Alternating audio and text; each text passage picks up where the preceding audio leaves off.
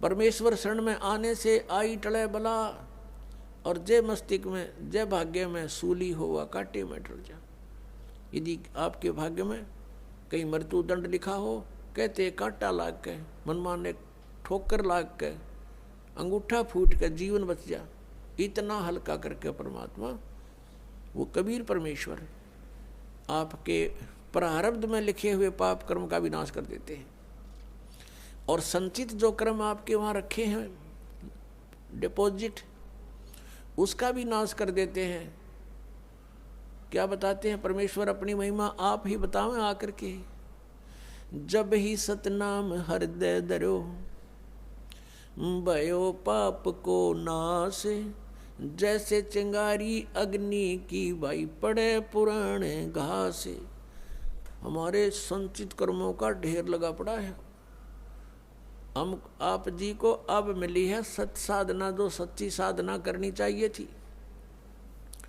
इस सत्य साधना को ना करके हम जितने भी क्रियाएं करते थे वो शास्त्र विधि को त्याग कर मनमाना आचरण था,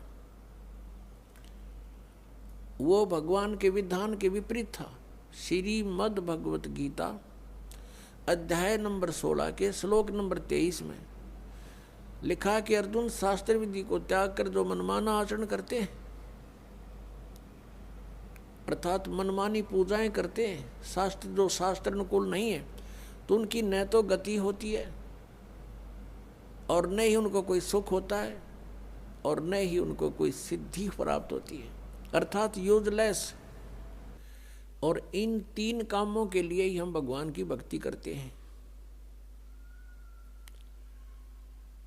और वही उन साधनाओं से कोई लाभ नहीं होता जो शास्त्र विधि को त्याग कर मनमाना आचरण करते हैं। तो उन क्रियाओं से हमें पुण्य बना नहीं, भक्ति धन जुड़ा नहीं, और जो साधना हम करते थे शास्त्र विधि को त्याग कर, उससे पुण्य के स्थान पर पाप बनते रहे। हम जिस लोक में रह रहे हैं ये काल का लोक है, यहाँ सुख नहीं, यहाँ तो सारा निर्दयी कार्य है इस भगवान का, क्योंकि जिसका नाम काल है, जो है ही कसाई, तो वहाँ सुख कैसे हो सकता प्राणी को। अब इसने ये खुद कहता गीता जी अध्याय नंबर 11 के श्लोक नंबर 32 में श्रीमद् भगवत गीता में कि अर्जुन, मैं काल हूँ और सबको नष्ट करने के लिए प्रवृत्त हुआ हूँ। अर्जुन 11वें अध्याय के 21वें श्लोक में कह रहा है कि ये भगवान, आप तो देवताओं को भी खा रहे हो, आप तो ऋषियों के भी खा रहे हो, और इस ऋषियों का समुदाय आपके आगे हाथ जोड़ रहा है, मंगल हो, बख्श दो। आप तो इनको भी खा रहे हो। ये कहता मैं तो काल हूं भाई, मैं ना छोड़ दूं किसी ने, और तू ना युद्ध करेगा तो भी मारूंगा इनको, ये तो मार रखे मैंने।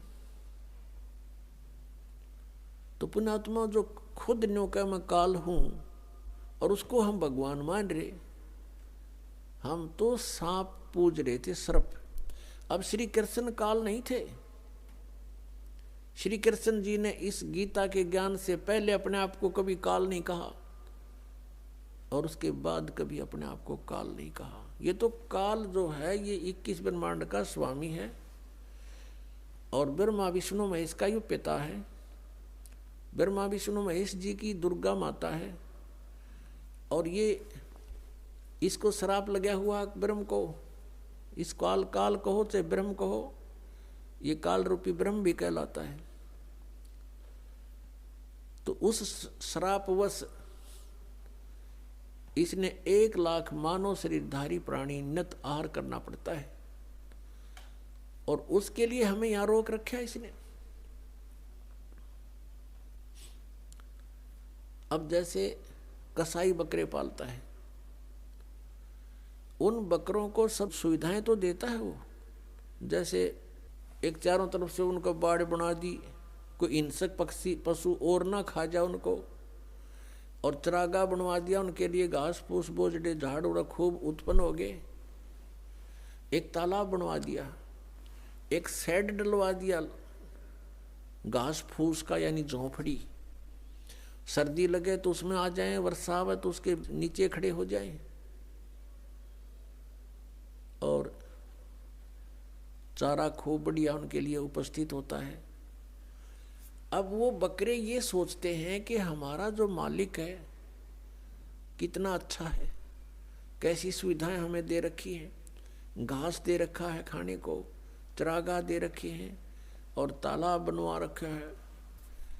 अब उन बकरों की इतनी ही बुद्धि काम करती है, लेकिन वो उस समय को भूल जाते हैं जब आता है कहीं से उसको ऑर्डर 20 बकरों का, 10 बकरों का, बकरियों का, तो वो क्या करता है, जा कर के उनसे लेकर डंडा और छांट लेता मोटे मोटे।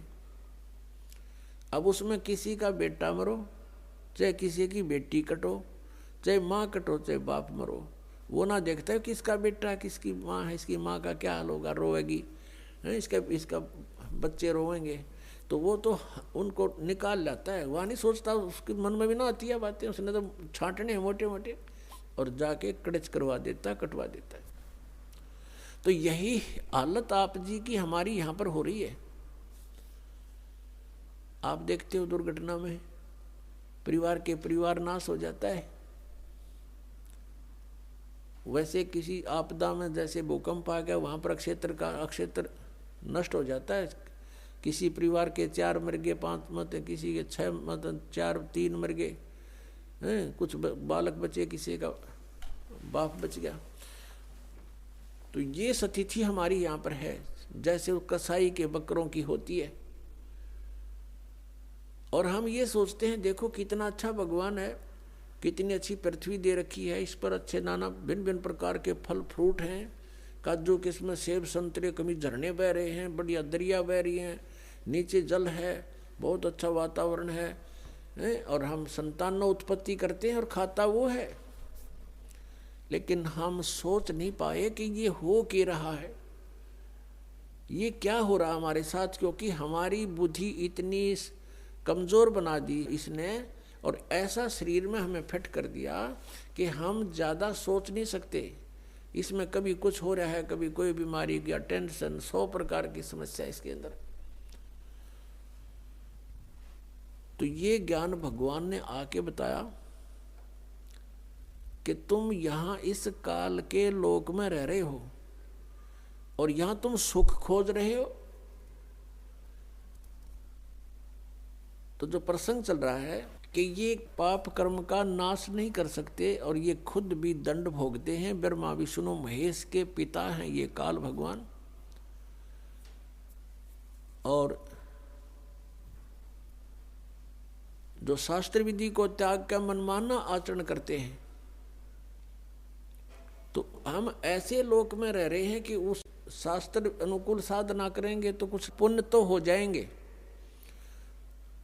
लेकिन पाप भी पैरेलल होंगे तो वो अलग से लिखे जाते हैं। जब तक हम परम पूज्य कबीर देव परमेश्वर की शरण में नहीं आते, और वो भी परम संत के माध्यम से, नकली संतों से भी परमात्मा से कनेक्ट नहीं हो सकोगे, चाहे वो कबीर पंथी भी कहलाते हैं, क्योंकि उनके पास वो मंत्र नहीं है जिससे परमात्मा हमें लाभ दे सकता है। अब जैसे कोई गणते जांडी काटे तो कोई प्रॉपर वे थोड़ा ही है, वो तो बकवाद है। जांडी काटनी है तो तिखा कुआड़ा चाहिए, कट्टा कट कर दे 1 घंटे में साफ, और उस गणका लगा रहो चाहे 10 दिन तक कंडे मोर हो ले। तो साधन ठीक हो परमात्मा के पाने का, परमात्मा मिलेंगे।